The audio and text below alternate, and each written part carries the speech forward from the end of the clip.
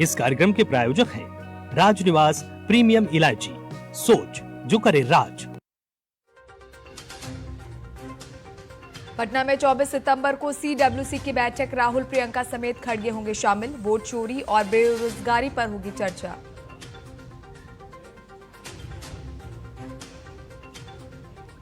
सपा नेता आजम खान की रिहाई में रुकावट, जुर्माना शुल्क जमा नहीं होने पर रिहाई में देरी। अब 12 बजे के बाद जेल से छूटेंगे आजम।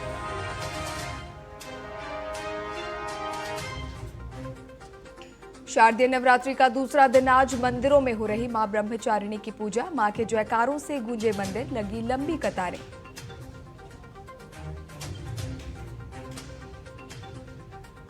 अमेरिकी विदेश मंत्री से मिले एस जयशंकर, क्वाड साझेदारी में मिलकर काम करने पर दिया जोर। न्यूयॉर्क में हुई शिष्टाचार मुलाकात।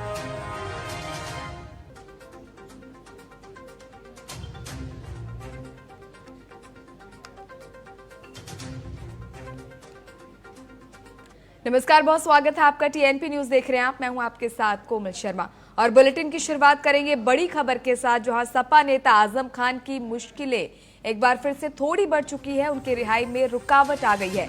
जुर्माना शुल्क जमा न होने के कारण रिहाई में देरी हो रही है और बताया जा रहा है कि अब 12 बजे के बाद आजम खान जेल से रिहा होंगे। आजम खान की रिहाई प्रक्रिया में देरी हो रही है और 23 महीने से सीतापुर जेल में बंद है आजम खान। और आजम खान की सुरक्षा को लेकर जो है धारा 144 भी लागू कर दी गई है। सीतापुर जेल के बाहर समर्थकों का जमावड़ा लगा है।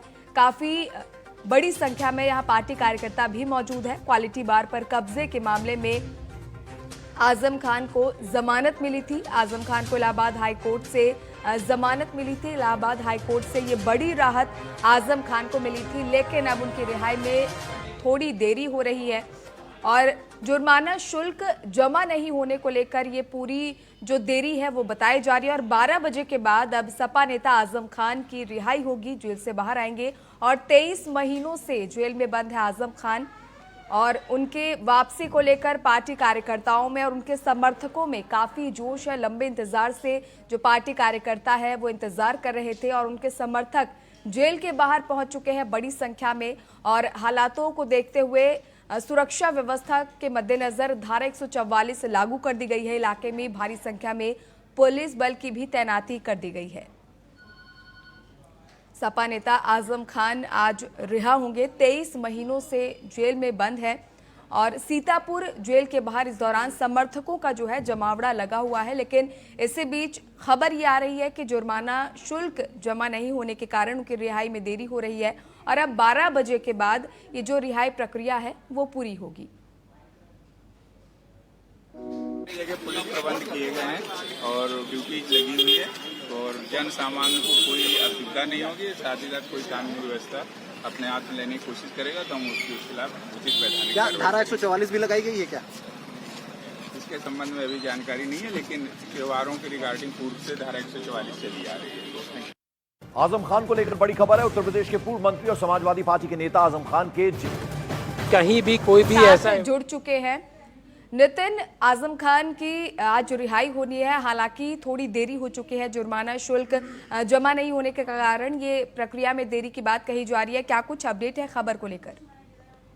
देखिए, समाजवादी पार्टी के कद्दावर नेता और पूर्व मंत्री आजम खान आखिरकार 23 महीने बाद सीतापुर जेल से रिहा होने वाले हैं। लेकिन मंगलवार यानी आज सुबह उनकी 7 बजे की रिहाई थी।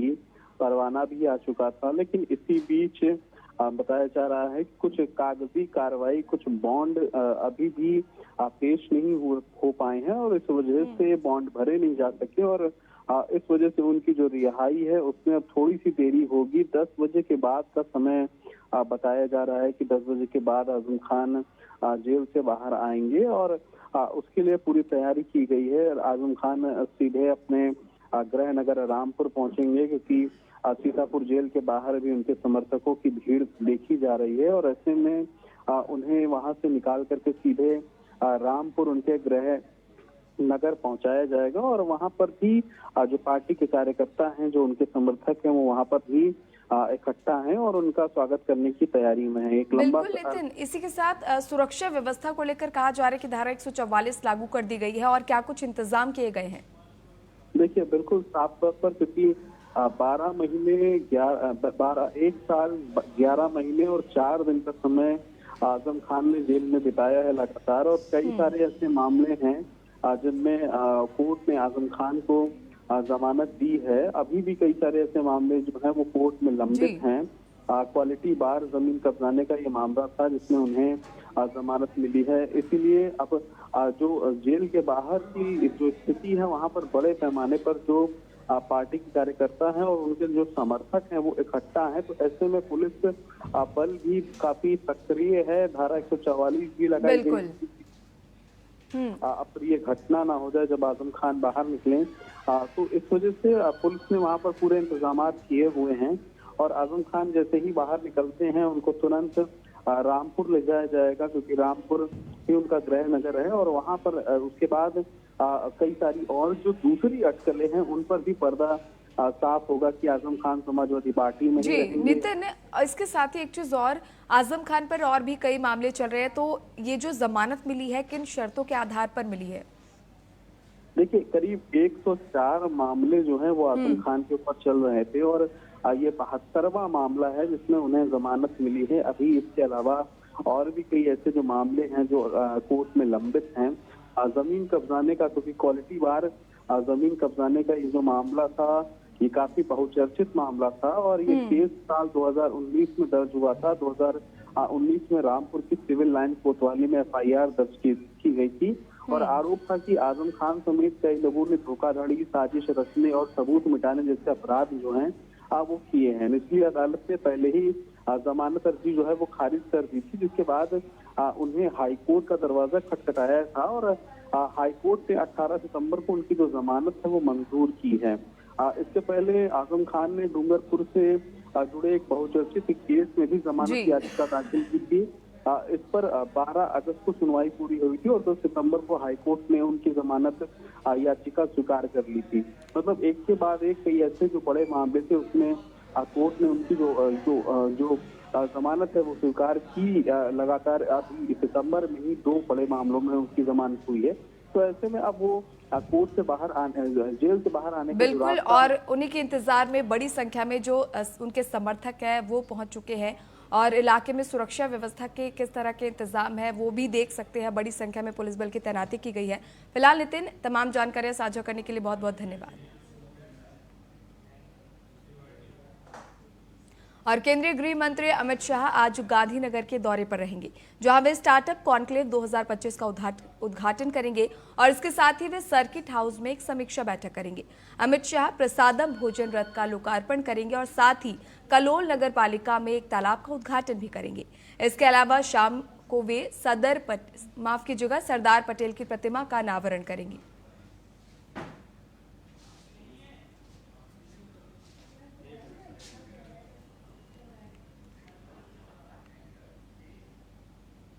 और आगामी 24 सितंबर को पटना में होने वाली कांग्रेस वर्किंग कमेटी की विस्तारित बैठक में मल्लिकार्जुन खड़गे के साथ राहुल गांधी और सोनिया गांधी जैसे दिग्गज यहां जुट सकते हैं। इसके साथ ही पार्टी शासित राज्यों के मुख्यमंत्री, प्रदेश अध्यक्ष और विधायकी दल के नेता भी शामिल होंगे। बताया जा रहा है कि बेरोजगारी, महंगाई और सबसे अहम वोट चोरी के आरोपों के बीच ये बैठक बिहार चुनाव 2025 की रणनीति तय करेगी। दरअसल पार्टी के शीर्ष नेतृत्व इसका उपयोग बिहार विधानसभा चुनाव में अपनी रणनीति साफ करने और साथ ही झंडा फहराने के लिए करना चाहती है। बैठक में बेरोजगारी, महंगाई, महिलाओं पर अत्याचार, बढ़ता अपराध और वोट चोरी जैसे विषयों को प्रमुखता मिलती हुई नजर आएगी।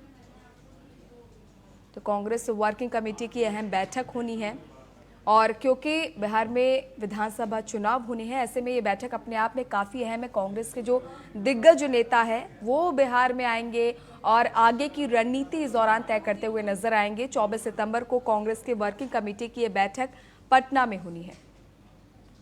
और चलिए इस खबर पर ज्यादा जानकारी के साथ हमारे सहयोगी चंदन हमारे साथ फोन लाइन पर जुड़ चुके हैं। चंदन, 24 तारीख को ये कांग्रेस की वर्किंग कमेटी की बैठक होनी है, आगे की रणनीति कांग्रेस अपने लिए तय करती हुई यहाँ नजर आएगी?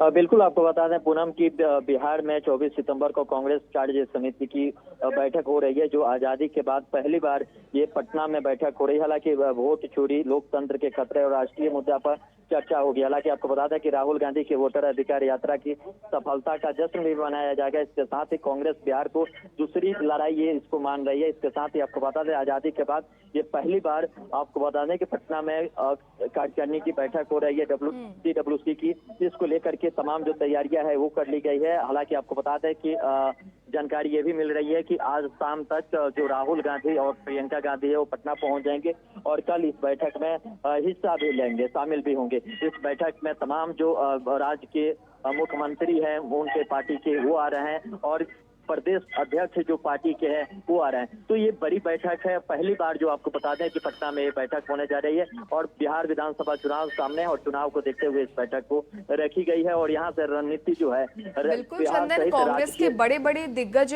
पटना में आ रहे हैं, तो ऐसे में कहीं ना कहीं महागठबंधन में भी कांग्रेस की जो छवि है उसको और मजबूती के साथ दिखाने की कोशिश की जाएगी, क्योंकि सीट शेयरिंग को लेकर कहीं ना कहीं पेंच जो है वो फंसा हुआ है। बिल्कुल आपको बता दें पूनम की देखिए जिस तरह से महागठबंधन में एक जिस तरह से अपना वर्चस्व दिखाने की कोशिश किया गया है और यही दिखाने की कोशिश किया है कि देखिए जो कांग्रेस है वो बिहार में कमजोर नहीं है, एक देश की बड़ी पार्टी है, उसको भी दिखाने की कोशिश किया गया है। लेकिन देखने वाली बात होगी कि इस बैठक में जिस तरह से राज्य के सब प्रदेश अध्यक्ष और इनके मुख्यमंत्री कांग्रेस के पहुंच रहे हैं इस पार्टी से, तो ये कहीं ना कहीं बिहार के लिए एक बड़ी बैठक है और देश आजादी के बाद पहली बार बिहार में इस तरह की बैठक हो रही है और महागठबंधन को एक तरफ दिखाने की भी कोशिश की गई है। जो कांग्रेस है बिहार में काफी मजबूती के साथ है और मजबूती के साथ आगे भी खड़ा है, तो कहीं ना कहीं ये वर्चस्व दिखाने की अपने अंदर ही कोशिश की गई है। जी बिल्कुल चंदन, तमाम जानकारी साझा करने के लिए बहुत बहुत धन्यवाद।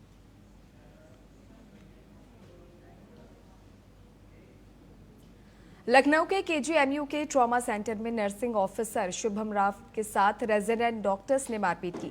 आरोप है कि डॉक्टर नशे की हालत में थे। इस घटना के बाद 2 घंटे तक इलाज प्रभावित रहा।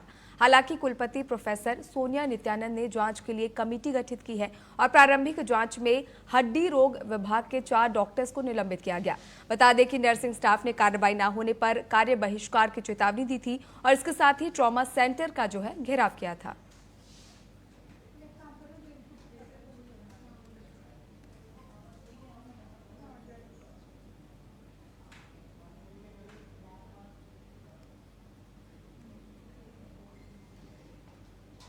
और खबर बिहार के सिवान से है, जहां डायन बताकर पति पत्नी की गोली मारकर हत्या कर दी गई।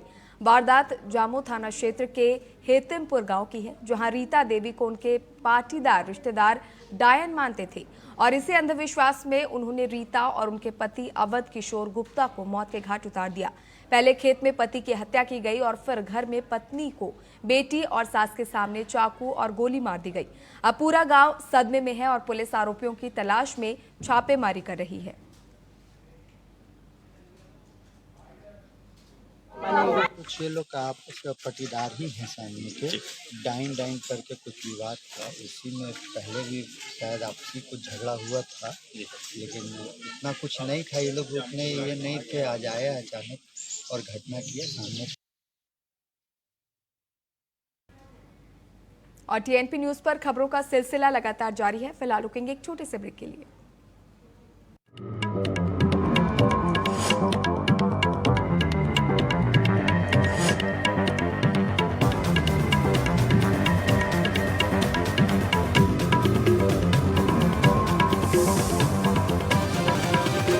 विमल में गुलिस्तां की ये कुछ लजीज फरिश्ते, जब साथ घुले तो जी ललचाए और दिल कहे कि स्वाद की जुबान में खुद को ऐसा डुबाऊं कि निकल ना पाऊं।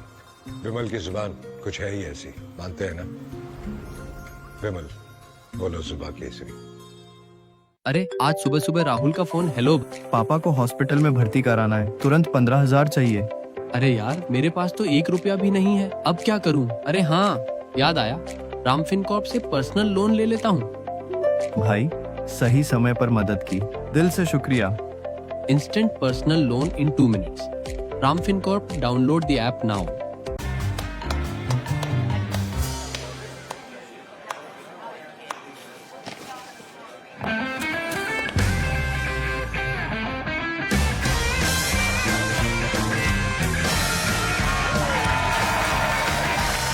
राजनिवास प्रीमियम इलायची, सोच जो करे राज।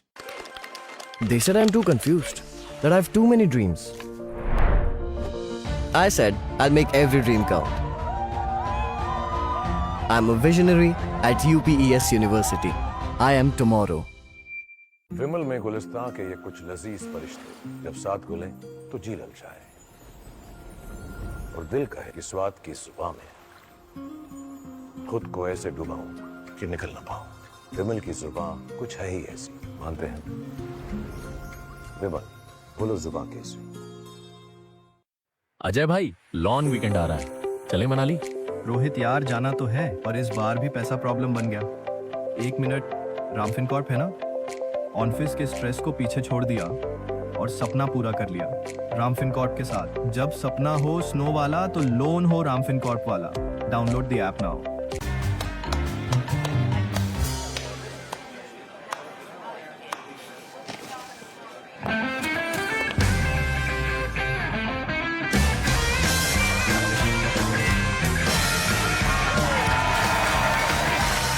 राजनिवास प्रीमियम इलायची, सोच जो करे राज। माँ ब्रह्मचारिणी को कैसे करें प्रसन्न? किस भोग से प्रसन्न होती हैं माँ ब्रह्मचारिणी? दुर्गा सप्तशती पाठ करने के क्या हैं सटीक नियम? जानिए ज्योतिषाचार्य स्वाति आहलूवालिया के साथ। जो भी भक्त सच्चे मन से माँ ब्रह्मचारिणी की पूजा करता है उसे जीवन में कई लाभ मिलते हैं।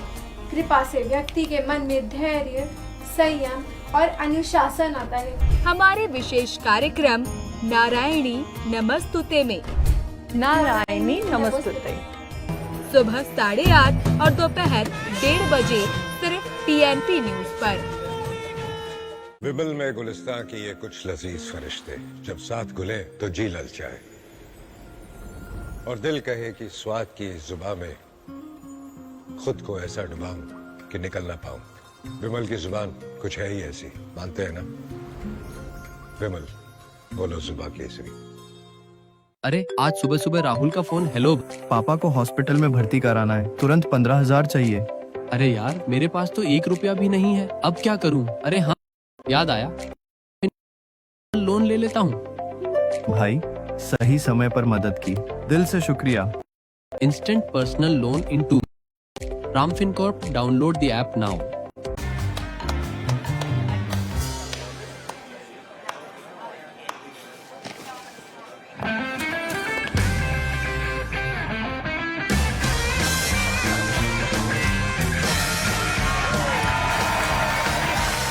राजनिवास प्रीमियम इलायची, सोच जो करे राज।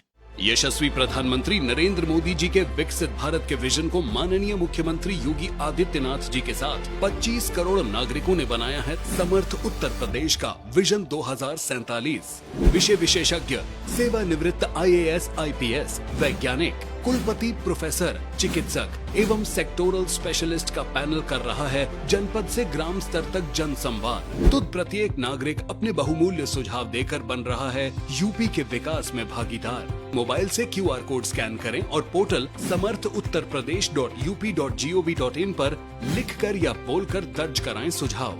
ये पोर्टल पूरी तरह निशुल्क है और 5 अक्टूबर 2025 तक खुला है। आपके सुझावों से तैयार होगा विकसित यूपी का रोड मैप और मूल्यवान सुझाव देने वाले होंगे सम्मानित। विकसित यूपी के निर्माण में बनिए सहभागी।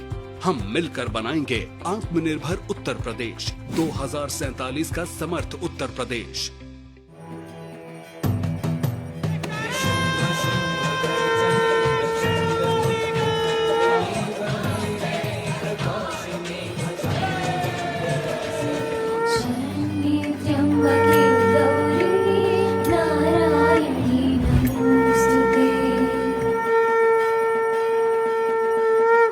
ब्रेक के बाद एक बार फिर से बहुत स्वागत है आपका।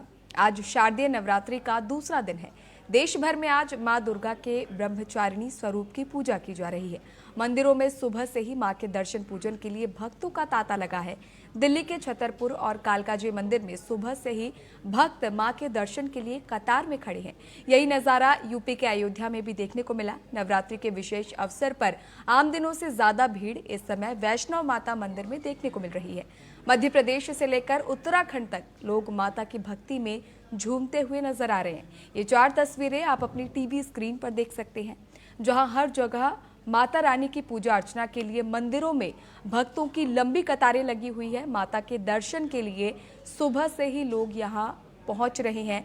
भोपाल की बात करें तो बड़ी संख्या में लोग सुबह से ही पूजा अर्चना के लिए पहुंच रहे हैं। हरिद्वार में भी लोगों ने माता रानी की पूजा अर्चना की है। वैष्णो देवी मंदिर में तो बड़ी संख्या में इस बार श्रद्धालु पहुंचे हैं। और ऐसे ही कुछ तस्वीरें, कुछ नज़ारा अयोध्या से सामने आ रहा है, जहां बड़ी देवकाली मंदिर में सुबह से ही भक्त माता रानी की पूजा अर्चना के लिए पहुंच रहे हैं। तो नवरात्रों का दूसरा दिन है आज, और तस्वीरों में आप देख सकते हैं नवरात्रों को लेकर भक्तों में कितना उत्साह है। बच्चे, बूढ़े, महिलाएं, पुरुष सभी सुबह से ही मंदिरों में पहुंच रहे हैं, पूजा अर्चना कर रहे हैं। और इसके साथ ही नवरात्रि का आज दूसरा दिन है। आज मां ब्रह्मचारिणी की पूजा अर्चना की जाती है और उन्हीं के स्वरूप के दर्शन के लिए लोग मंदिरों में पहुंच रहे हैं। और चलिए, हमारे सहयोगी चंदन हमारे साथ लाइव जुड़ चुके हैं। चंदन, आप ग्राउंड जीरो पर मौजूद है। लोगों में कितना उत्साह नजर आ रहा है? आज नवरात्रि का दूसरा दिन है, मंदिरों में लोग पहुंच रहे हैं सुबह से ही।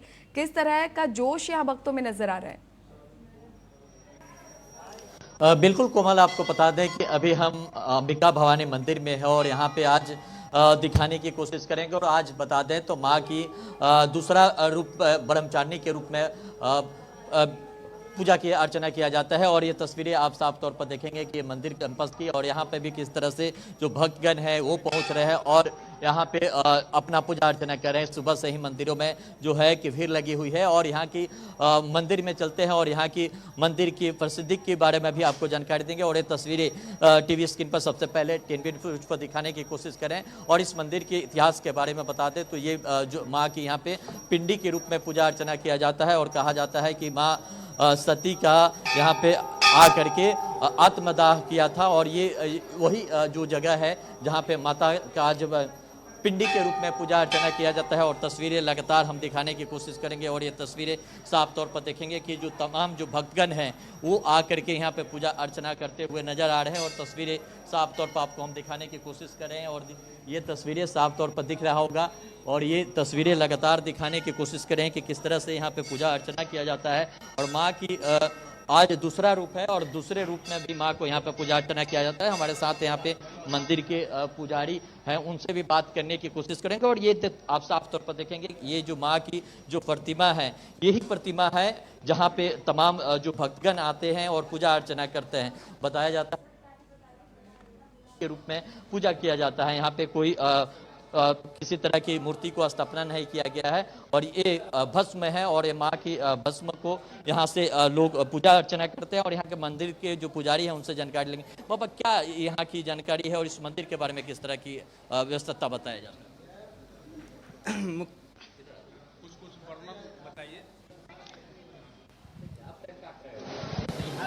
वो आप आके बताइए ना। हमारे साथ बाबा किस तरह की इस मंदिर की क्या प्रसिद्धि है? सती स्थान है, सती का स्थान है। इसी में माँ यहाँ अपना त्याग दी है प्राण। इसी में यही हवन कुंड था पहले, इसी में माँ अपना ये दक्ष राजा का गढ़ है, इस पर यज्ञ हुआ था पहले। तो उसी में माँ को निमंत्रण नहीं मिला तो आकर वहाँ इसी में वो अपना अथी कर दी। देखेंगे राजा दक्ष का ये यज्ञ स्थल था। और ये जो प्रतिमा आपको देख रहे हैं ये अंबिका भवानी है और माता के यहाँ पे प्रतिमा जो है उनके पिंडी है उसकी पूजा अर्चना किया जाता है। और मंदिर के आगे के भी तस्वीरें लगातार दिखाने की कोशिश करेंगे।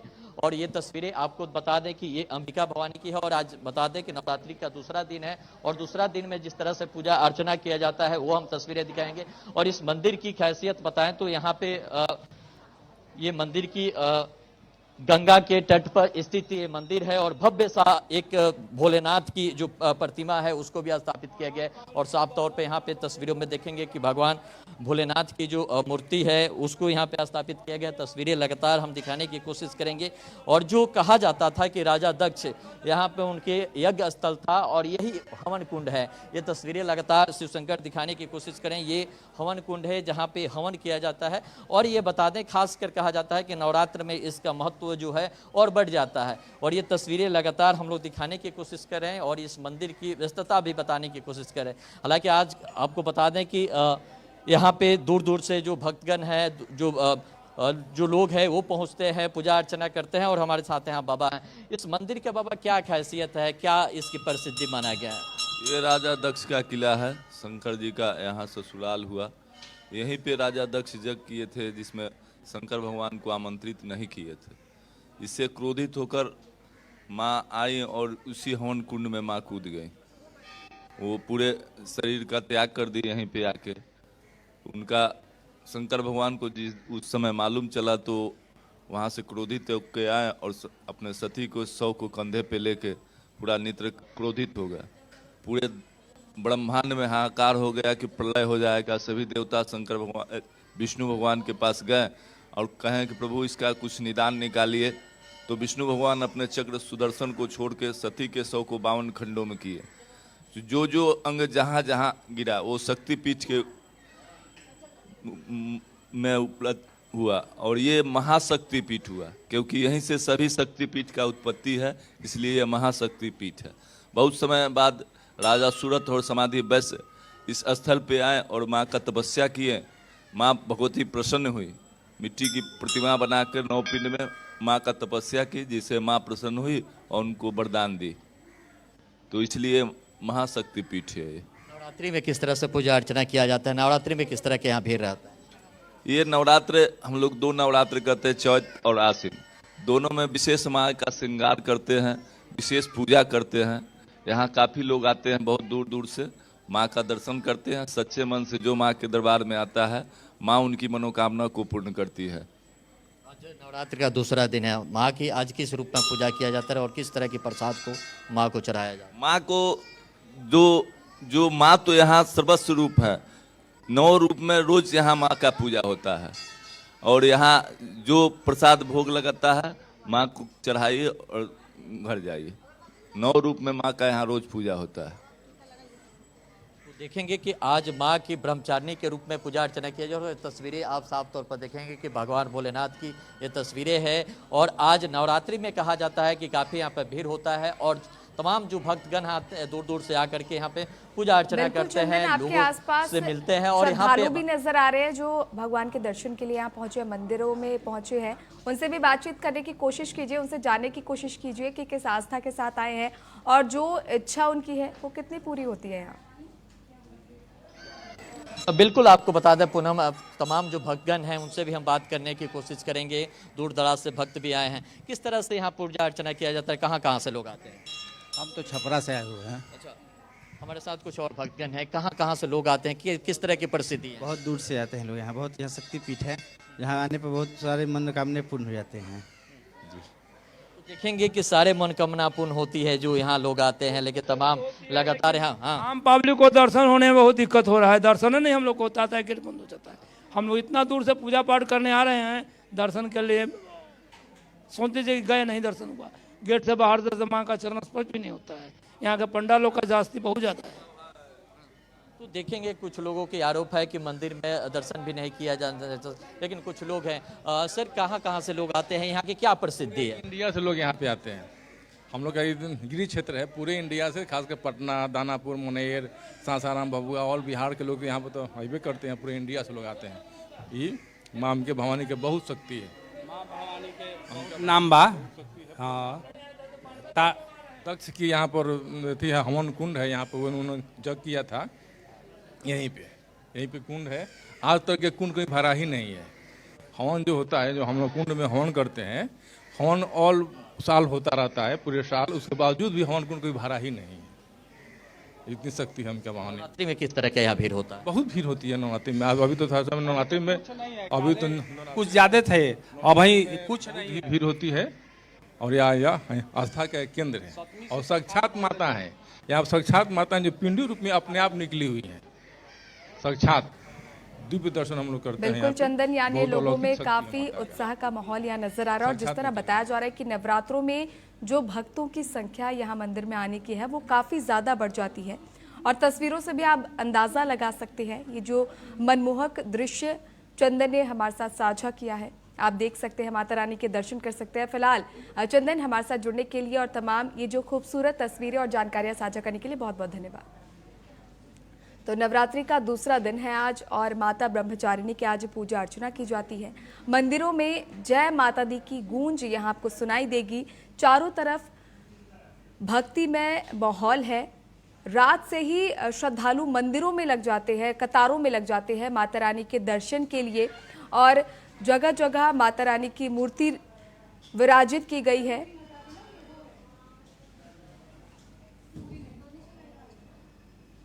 और देख सकते हैं आप, क्योंकि नवरात्रि का जो पावन पर्व है उसकी शुरुआत हो चुकी है। लोगों में उत्साह है, भक्तिमय माहौल चारों तरफ आपको नजर आ रहा है। शारदीय नवरात्रि का आज दूसरा दिन है और 4 तस्वीरें आपकी टीवी स्क्रीन पर आप देख सकते हैं, जहां मध्य प्रदेश से लेकर अयोध्या तक, मध्य प्रदेश, उत्तराखंड, जम्मू और अयोध्या में जो भक्त हैं वो मंदिरों में पहुंच रहे हैं। और एक चीज़ आपको बता दें कि माता रानी के दर्शन के लिए रात से ही लोग यहाँ कतारों में लग जाते हैं और जैसे ही कपाट खुलते हैं माता से अपनी कामना करते हैं, पूजा करते हैं और अपनी जो भी इच्छाएं हैं वो व्यक्त करते हैं। और बच्चों से लेकर बुजुर्ग तक मंदिरों में पहुंच रहे हैं, पूजा अर्चना कर रहे हैं माता रानी की और अपनी इच्छाएं यहाँ व्यक्त कर रहे हैं। और इसी के साथ हमारे इस खास कार्यक्रम में फिलहाल के लिए इतना ही। बने रहिए TNP न्यूज़ के साथ। नमस्कार।